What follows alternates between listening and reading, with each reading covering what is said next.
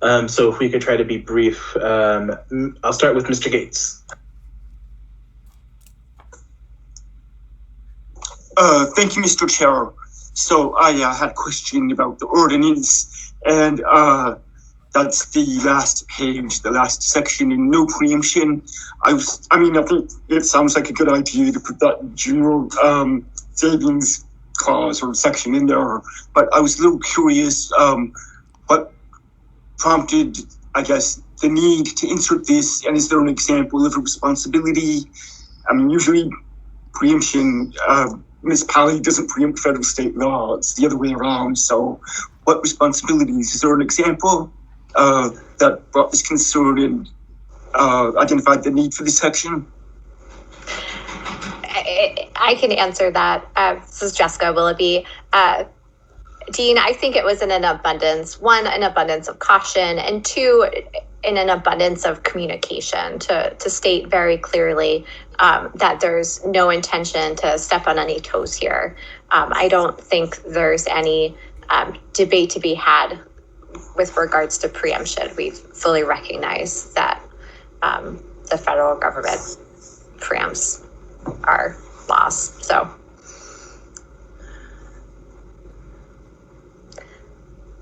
Okay, thank you. Thank you. Mr. Weddleton? Thanks. A couple questions, and the first one I know I've been answered before, but I forget. But Native Village of Eklutna is not the same as Eklutna Native Association. Is that correct? Do you mean Eklutna Incorporated? Yeah, maybe so. Right. So what's give me? I can answer that. The difference. Aaron is here, and he can answer that if he wants. But Mr. Chair, I'm sorry to interrupt. Yeah. Go ahead, Aaron. Okay, so John, the Native Village of Eklutna is the tribal entity that was created pre-ANCSA. In 1961, it was formally activated to fight for land claims. So the Native Village of Eklutna is the federally recognized tribe. Eklutna Inc. is the ANCSA Village Corporation that was created by the Alaska Native Claims Settlement Act. So Eklutna Inc. is the for-profit corporation, landowner, and the Native Village of Eklutna is the tribal entity. At different times, there has been confusion over that. There's also been some tensions, but in my involvement over a decade, the two entities work very closely together, but they have their own distinct roles, and several of the corporation directors are also involved in the council, but they represent two different, missions. Also, part of that is they do represent somewhat.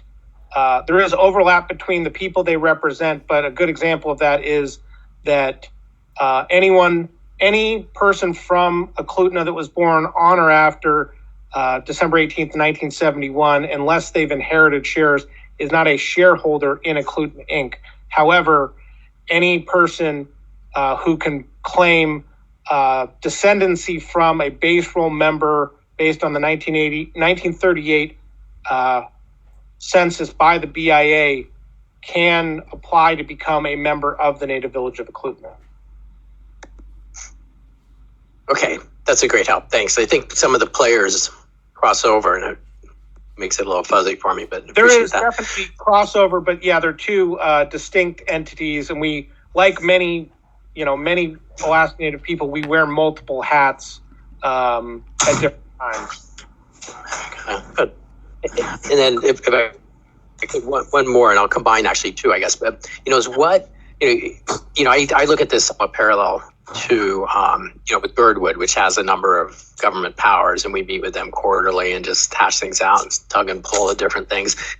So I wonder what governmental power does the Native Village of Eklutna have that might conflict with place, city powers, and then maybe add in. We had some fairly minor other issue with the similar thing, and people focus on, oh, this is all about bringing gambling to Anchorage. So maybe combine that question. What powers does the native village or tribe have, and how's that relate to bringing gambling in? Well, that's a really big question. I mean, the powers, most of the powers that the native village of Eklutna has are prescribed in federal law. A good example of that is the Indian Child Welfare Act. There's other programs. Another good example of that would be the Section 106 Historic Site Preservation Act. So, for example, the municipality, if they want to, a good example would be the tank farm down at the Port of Anchorage. I received a notification of the expansion of the tank farm down at the port. As required by federal law, I have to be consulted to see if it conflicts with historic sites and what mitigation plans would take place were they to occur.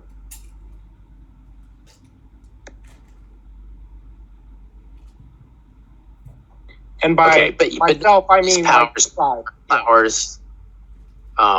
land use. I mean, do you follow our Title 20 our code? I mean, I guess. Well, there's a bit of a modification to that. There's what's called the Eklutna Overlay District that was developed prior to this that recognizes the unique historical characteristics of the area. That was also done in concert with Eklutna Inc., being the largest private landholder in the municipality. And what I would say at this point is that the issue about gambling is really a completely separate issue that some people want to tie together, but is really a completely separate issue at this point that is between the tribe and the federal government. Okay. That may come up at the public hearing. I have no doubt it will, but I'm just saying that right now, in that case, it's really, at that level, it's government to government between our tribal government and the Bureau of Indian Affairs and the Department of the Interior. Okay, good. Thank you. Thank you. Ms. Zalatil, did you want to ask now or wait until after all of our speakers? I'll ask now, and then if it's going to be more than just a quick answer, I can wait.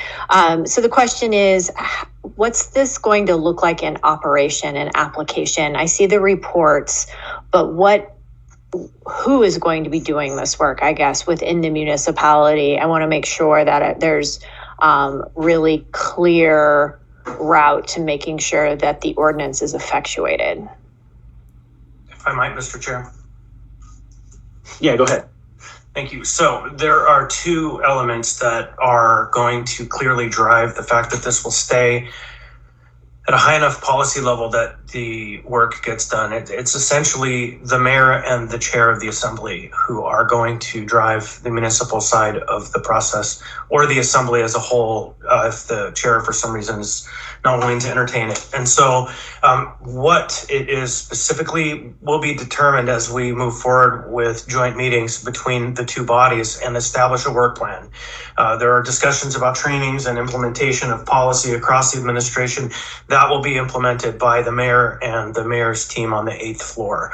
There will be some policies that the assembly will contemplate and move forward with in the future, and those will be on us and the clerk to administer and implement. And so I think the answer to your question really is it depends on the specifics as we move forward. Thank you. Thank you. Ms. Kennedy?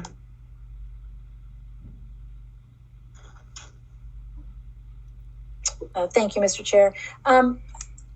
I guess my question is in regard to one of the previous speakers that was talking about expanding the ordinance to include all Alaskan tribes.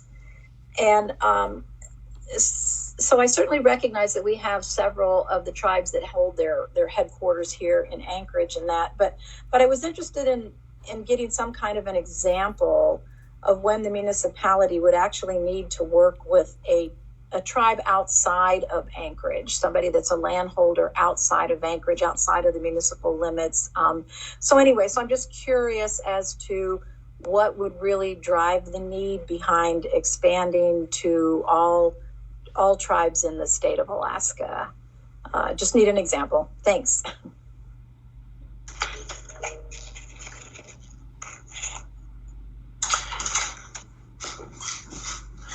So, Mr. Chair, I can speak briefly to that. Sure. There are an untold array of possibilities that could fall into that. One that I have long talked about in relationship to issues that impact my district, I have called for the development of an Office of Rural Affairs for the municipality, because we find ourselves to be the hub of our state, and we have people transiting in and out of our community for healthcare, for therapies, for correctional matters, for any number of things where individuals may become stranded at some point. And I believe that the stronger relationships we have with rural communities, the better. And many of those rural communities are, in fact, operating with governments that are sovereign tribal entities. And so, to me, that's just one very small and specific potentiality, is to build bridges with rural communities who are part of a flow of individuals back and forth. But I would welcome to hear anyone else who might contemplate why. Yeah, this is Cameron Perez Verdi. I would just add, and I would certainly invite other speakers as well. The Anchorage, as we all know, is the hub of Alaska. It's the largest village in Alaska. All tribes have a presence here, whether it's the headquarters of their ANC, or whether it's a variety of different programs and work that they're doing. So, but I would just say that this ordinance does not, at this point, expand a relationship to all tribes. It recognizes that there are 229 federally recognized tribes, and it recognizes the need for us to sort of be in connection with them. But this ordinance really is about developing a direct relationship with Eklutna. The previous speaker was saying that there's an encouragement once we finish this, or whether we build it from this or we do it next, but just an encouragement to do this broader with more tribes or all tribes. So I would just say that in its current form, this doesn't develop a formal relationship with all tribes. So anyway, and I would just also say that, the tribes have jurisdiction over tribal members, not just tribal land jurisdiction. So when you have tribal members who live and work in our city, we still have an obligation to develop a relationship with those tribal and entities as well. But I would just close by saying that this is a first step towards that. This is a step towards developing a formal relationship with Eklutna, while recognizing that there's a potential need in the future to develop that relationship with all tribes. If I might, Mr. Chairman, then just follow up. Oh, there's somebody else to speak, so let them go ahead. Thanks. Go ahead, whoever's on that phone number. Hi, thank you. Sorry, through the chair. To answer Assemblymember Kennedy's question, this is Christy Williams again. I just wanted to add that Anchorage has a very large Native population. It basically represents every tribe in the state, in our city. And a lot of the tribal organizations here bring in significant tax dollars to the municipality of Anchorage already, especially in years when the AFN convention is held here. I think that the reason that I'm suggesting that all tribes be included in a broader consultation policy to come, not necessarily in this particular ordinance that you're working on today, but to expand it in the near future to include all tribes, is because generally the way tribal consultation policies work, there's one broad policy that's created, and then from that policy, other drafts that are, partnerships with tribes are created. And that's just government efficiency. It's so you don't have to go back and amend the ordinance, every time you want to partner with a new tribe. You have the one broad consultation policy that allows the municipality to govern and to formulate a consultation policy with a distinct tribe and carve that distinct consultation policy out as needed. So it's just a matter of government efficiency.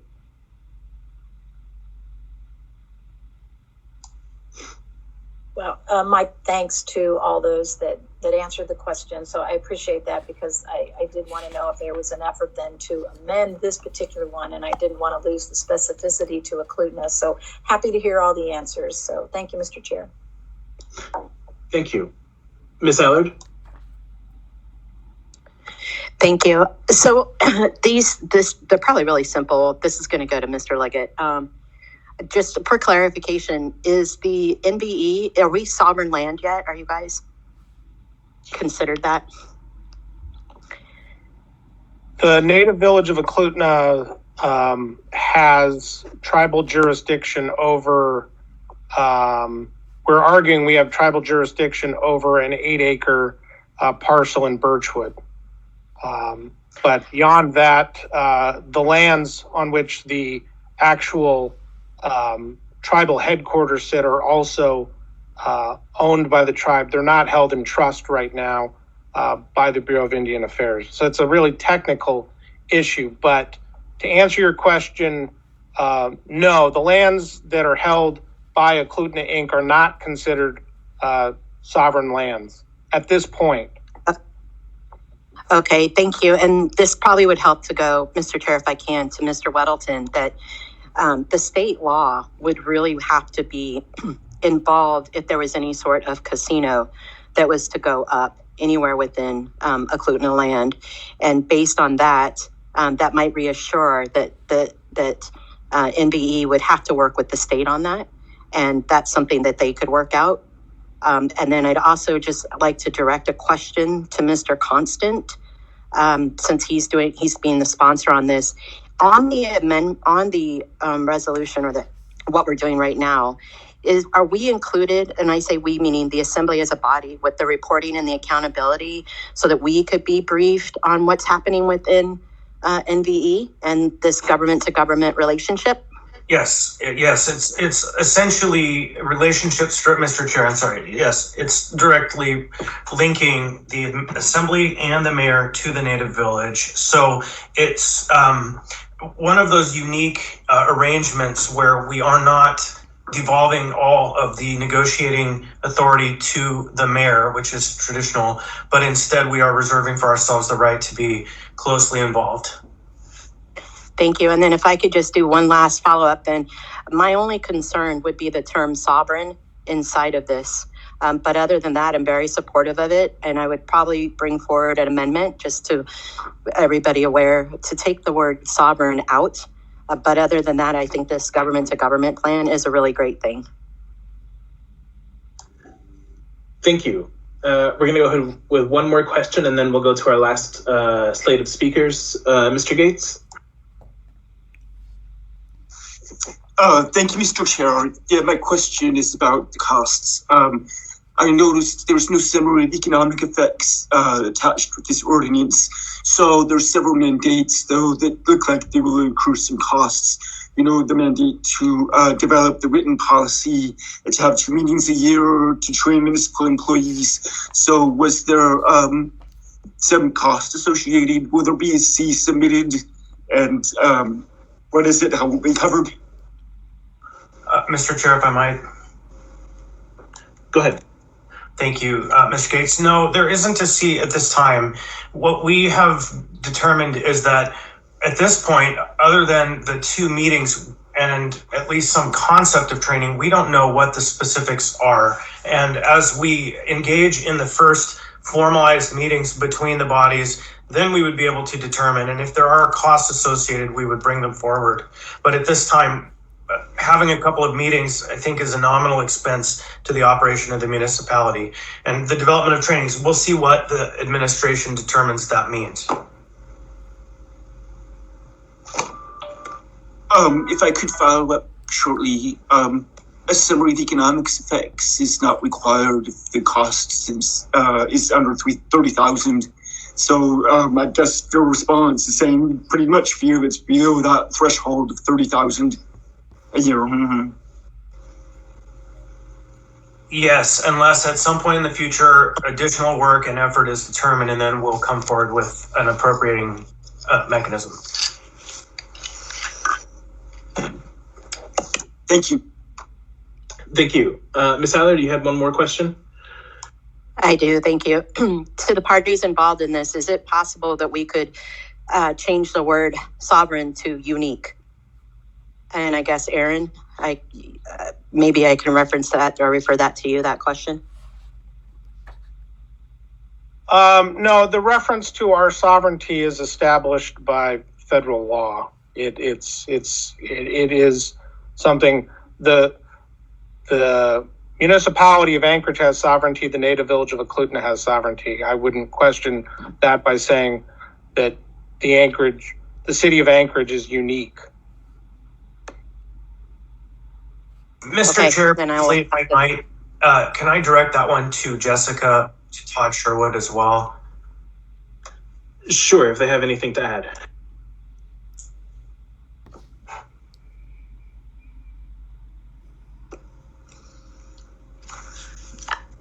This is Jessica Willoughby. I hear something, Member Allard asking whether we can replace the word sovereign with unique. Obviously, the terms are not interchangeable. Sovereign is a term of art used by the federal government, which is why we use it here. So I wouldn't necessarily support changing the word to unique versus, if there's consensus that the word should be removed, that would be a different matter. Thank you. All right, Dean is in the queue. All right, Mr. Gates. I just wanted to comment that sovereign as a tribe is not exactly the same as sovereign lands. So I just wanted to note that since Ms. Allard's question was about the land, that the tribe is recognized as a sovereign, the land ownership might be considered differently. It's very complicated area. Thank you. Mr. Weddleton. Just briefly, I'm looking through the S version. Oh, I'm sorry, I do say I was looking for the word sovereign. It was deleted in that one, line 42. But then at the 39, it says recognition of sovereign tribes. Okay, thanks. I thought the problem was solved, but it's still in there. Thanks. Yeah, thank you, Mr. Chair. If I might finally call on former Assembly Member Honorable Bill Starr, if he is still on the line. Yeah, I'm not sure about the honorable side, but yeah, I'm here. Is there something specific, or should I just ramble for a second? And your work session's over at 1, is that correct? 1:10, so we have time. 1:10, yeah. Yeah, so Mr. Stark, Bill, to put a little frame around it, your letter was quite effective at communicating the value of this. Maybe just, it's not a ramble, help us understand the passion in which you brought that letter forward, because it was one of the best pieces of writing I have seen on the question we have before us.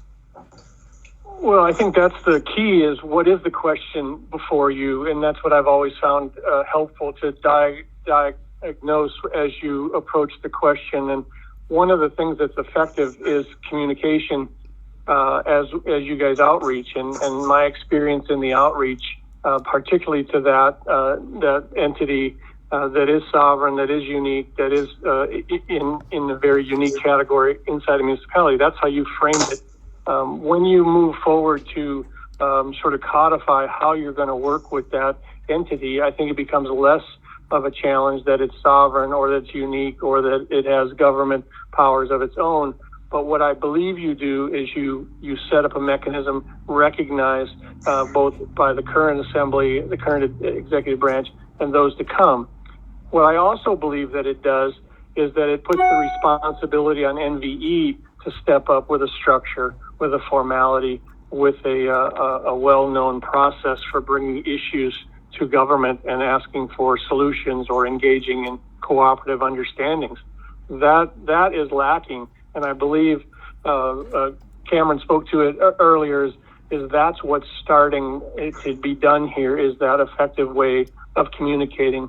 I wouldn't get too deep into the other conversations. I don't think there's any subliminal reference that sovereign equals gambling or that there's a fast one being pulled here. The accountability goes both ways. The municipality has the accountability, and I believe NVE has the accountability and likely would welcome that that engagement at the structured level. So with that said, Bill, just as an overarching message, what is your message as a former member of the Assembly about what we should do with this legislation? Well, I think you should pass it. I think it's safe in terms of policy setting. It also does what's necessary is it puts things in a structured, codified language as opposed to, say, to a committee policy or somebody that just sort of decides to do it this way once. The Native Claims Settlement Act, North Anchorage Land Agreement, they're all very structured, and I believe that they're successful in the conversations because they have that structure. And by formalizing it, I think it's really necessary. I wish we had it then on my term to address land encroachments and policy calls that weren't clear, as well as, again, NVE does a pretty good job, but this gives them sort of a reason in their own governance to be organized and to bring topics with the responsibility to discuss them as a government-to-government type of structure. That is needed, and so my underarching is or overarching, however you want to word it, is I say do it. It's a safe thing to do, and I think it's appropriate and it's respectful. Thank you very much, Bill. Thanks. I'll be emailed if anybody has questions on some of that overlay district that was mentioned, some of the other interactions in government. We changed code then, for example, in an NVE interchange. And so the history is important, and I'm a little bit passionate about it because it's an important place. So thank you for letting me testify.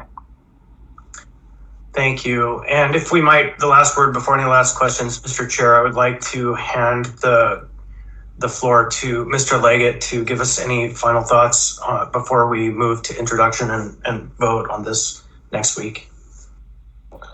Well, I want to thank everybody here, and I especially want to thank those on the committee that have worked hard over this last year to iron out what I think is going to be viewed, in the future as monumental legislation, and in a way turning the corner on the relationship between governmental agencies and native governments. I think it's the timing is so right. The moment is here. I think we're making history here, I think, is what I'm really trying to communicate. And I'm really thankful for everybody's questions. And I think at the end of the day, what we're both trying to do is work towards creating a better city and a better place for all our people that live here.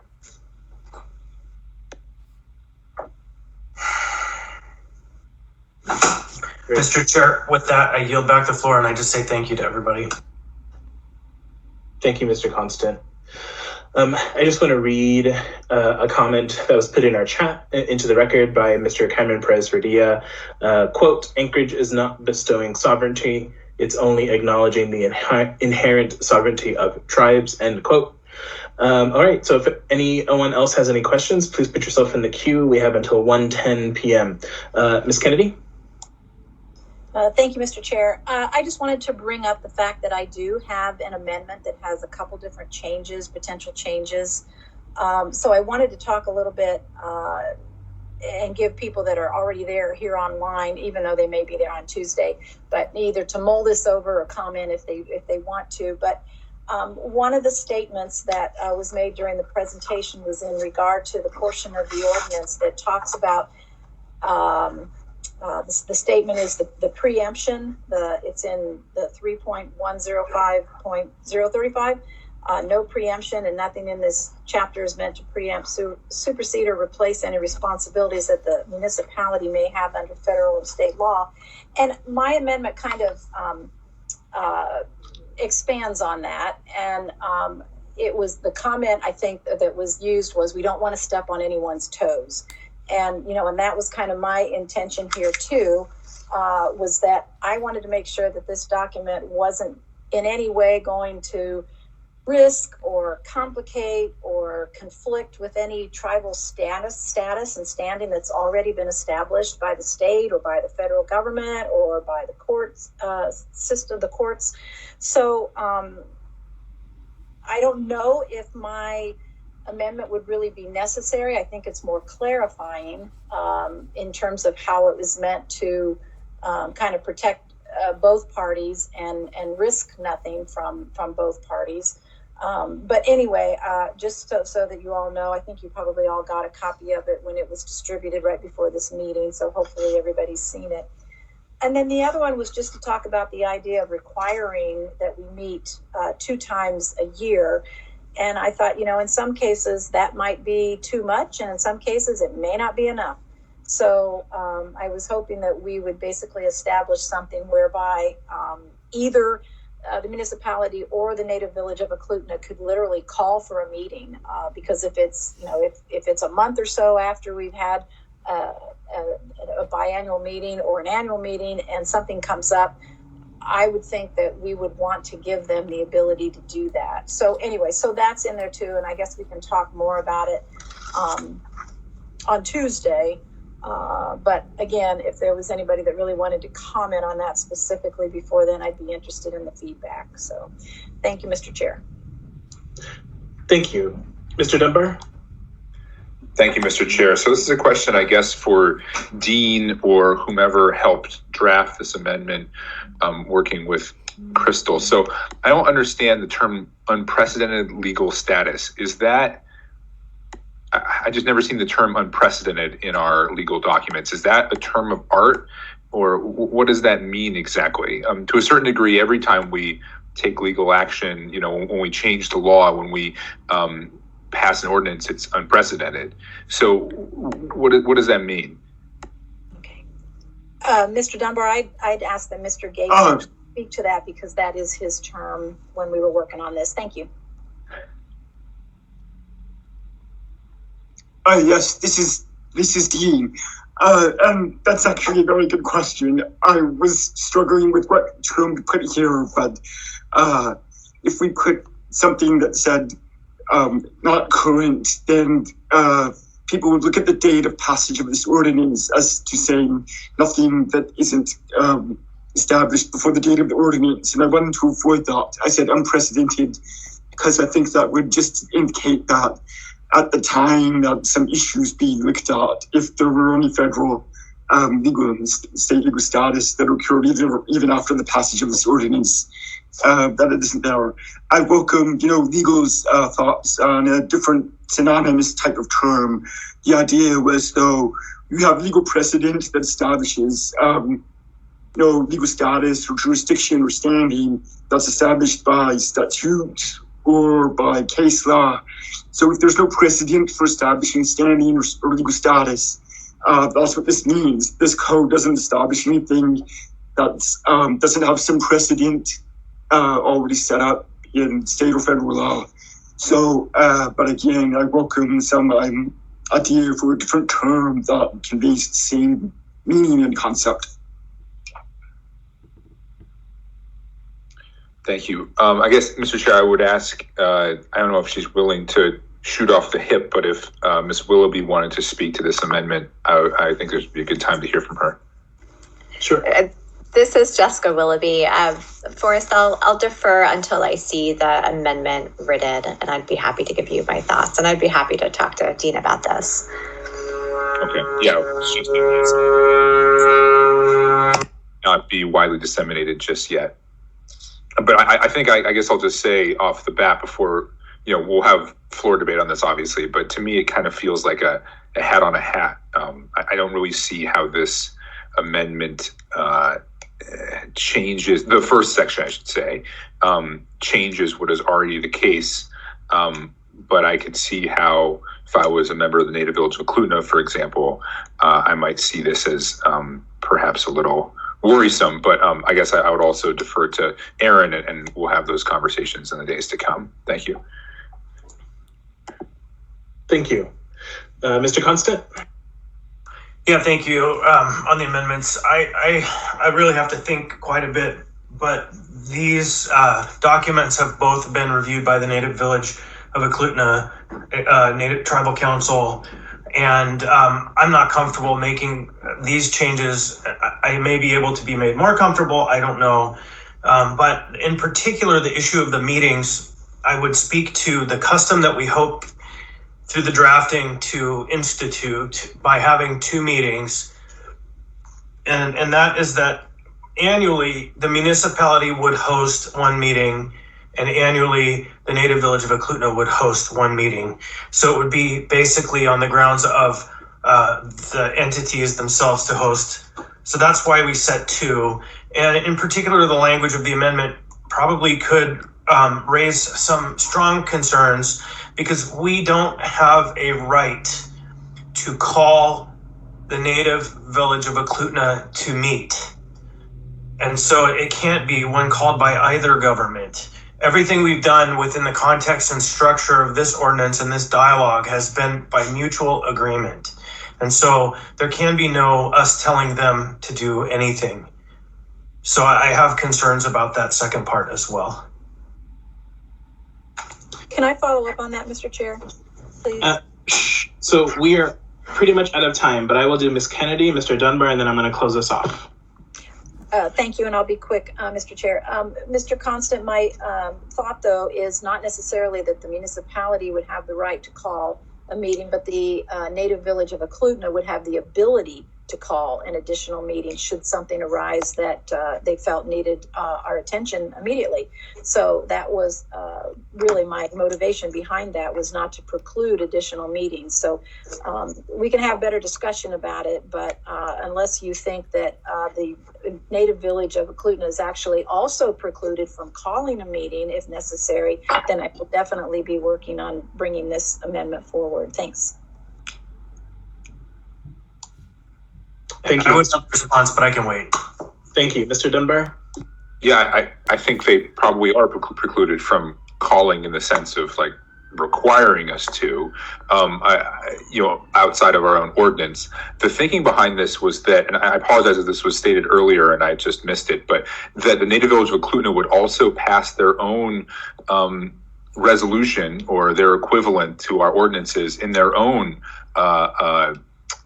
law or records that would mirror this pretty closely. And perhaps, I know we're out of time, perhaps on Tuesday night, Aaron could speak a little bit to what that might look like. Thank you. Thank you. I have a short comment. I need to close this meeting.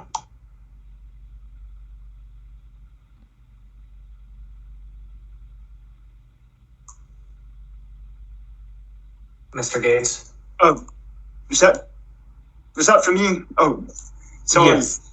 Yes, my comment was just about the meetings. I kind of note that there's probably no remedy. So I think this is just showing good faith that we want to set this, not right, but agreement up to being able to call meetings by demonstrable need.